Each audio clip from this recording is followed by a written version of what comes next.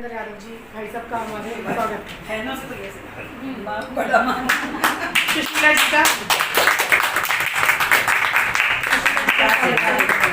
तो आशीर्वाद देना ही नहीं डालो दीपक भाई साहब का स्वागत करें।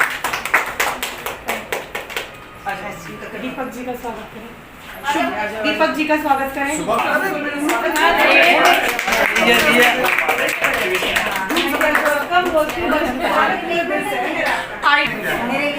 भाई क्या कर ऐसे बोलने का नहीं आगे आज इस कार्यक्रम में मुख्य अतिथि हमारी बहन जो जिला की यशस्वी महिला मोर्चा की अध्यक्ष सोनिया जी और जो हमारे विधानसभा के प्रभारी और भारतीय जनता पार्टी में जिला में सचिव का दायित्व है ऐसी बहन जयंती चौधरी जी, जो हमारे मंडल में तो प्रभारी बहन जी ने दायित्व दिया है ममता बहन जी, सम्मानित मंच और इस मंडल में जो महिला मोर्चा को बड़ी जिम्मेदारी के साथ बहन जी ने विश्वास जताया, ऐसी हमारी बहन प्रांचल जी और सम्मानित सभी बहनें और मेरे मंडल में उपाध्यक्ष सुशीला जी, विनीता जी को बहन जी मैंने अभी मेरे मंडल में अभी 86 में रहती है।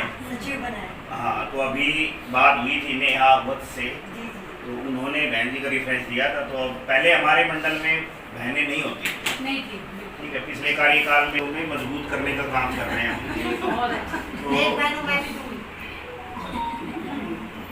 तो बहन जी ने तो अपने विचार आप सभी के समक्ष रख दिए होंगे। तो आपको तो पता ही अभी लोकसभा का चुनाव है, काम पूरे करने का काम कर रहे हैं। तो मैं सभी बहनों से ये अनुरोध करता हूँ कि इसी प्रकार आप मजबूती के साथ काम करते रहें, जिससे भारतीय जनता पार्टी एक मजबूत पार्टी हो। और अभी लोकसभा का चुनाव है, भारतीय जनता पार्टी के यहाँ के जो कैंडिडेट है राविंदरजीत जी हैं, तो मेरा आप सभी से अनुरोध है सभी टावर में भी आप अपना एक ग्रुप बनाएं, अपने सभी बहनों का एक ग्रुप बनाएं, उसमें भारतीय जनता पार्टी, उसमें आप प्रांचल जी को ऐड करें।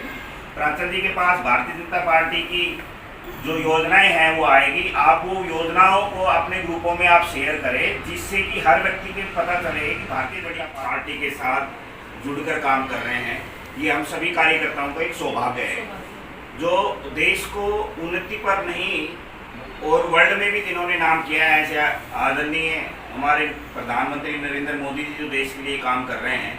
और जो भारतीय जनता पार्टी की जो बात है, डॉक्टर श्यामा प्रसाद मुखर्जी जो नेहरू के साथ थे, उन्होंने मंत्रिमंडल में थे और उसके बाद उन्होंने अपने मंत्रिमंडल से इस्तीफा देकर 21 अक्टूबर 1951 को उन्होंने भारतीय जनसंघ की स्थापना की और पहले अध्यक्ष वो बने। फिर उसके बाद में नेहरू को ये चीज़ बर्दाश्त नहीं हुई, क्योंकि वो हिंदुओं के प्रति अत्याचार कांग्रेस करती आ रही थी। उससे शामिल उन्होंने कश्मीर में जेल में बंद कर दिया उनको। कश्मीर में जेल में बंद करने के बाद उनकी बड़ी दर्दनायक तरीके से उसकी हत्या करवा दी। उसके बाद में देश में उन्होंने बंगाल में या अलग अलग जगह पर हिंदुओं पर अत्याचार करते रहे। फिर पंडित दीनदयाल जी ने भारतीय जनसंघ को संभाला, फिर उनको सींचते उनके अधूरे काम रह गए थे। जैसे कश्मीर में एक निशान दो विधान के साथ वो कार्य उन्होंने किया, फिर भी उनको रेलवे स्टेशन पर बड़े गलत तरीके से उनकी हत्या कर दी गई। फिर अटल जी ने 6 अप्रैल 1980 को भारतीय जनसंघ और जनता पार्टी का एक विलय करके पहले हमारे अध्यक्ष बने थे। तो हमारी भारतीय जनता पार्टी की जो नींव रखी गई है वो 6 अप्रैल, सब कार्यकर्ताओं को ये पता होना चाहिए कि 6 अप्रैल को स्थापना दिवस है। तो मेरा सभी कार्यकर्ताओं से ये अनुरोध है कि हम 6 अप्रैल को अपने अपने घरों में बालकोनी में भारतीय जनता पार्टी का एक झंडा जरूर लगाएं। और कार्यकर्ताओं के नाम से एक प्लेट भी होनी चाहिए, चाहे वो कार्यकर्ता कार्यकारिणी का सदस्य है, मोर्चे में है, तो पार्टी में कोई नहीं पता।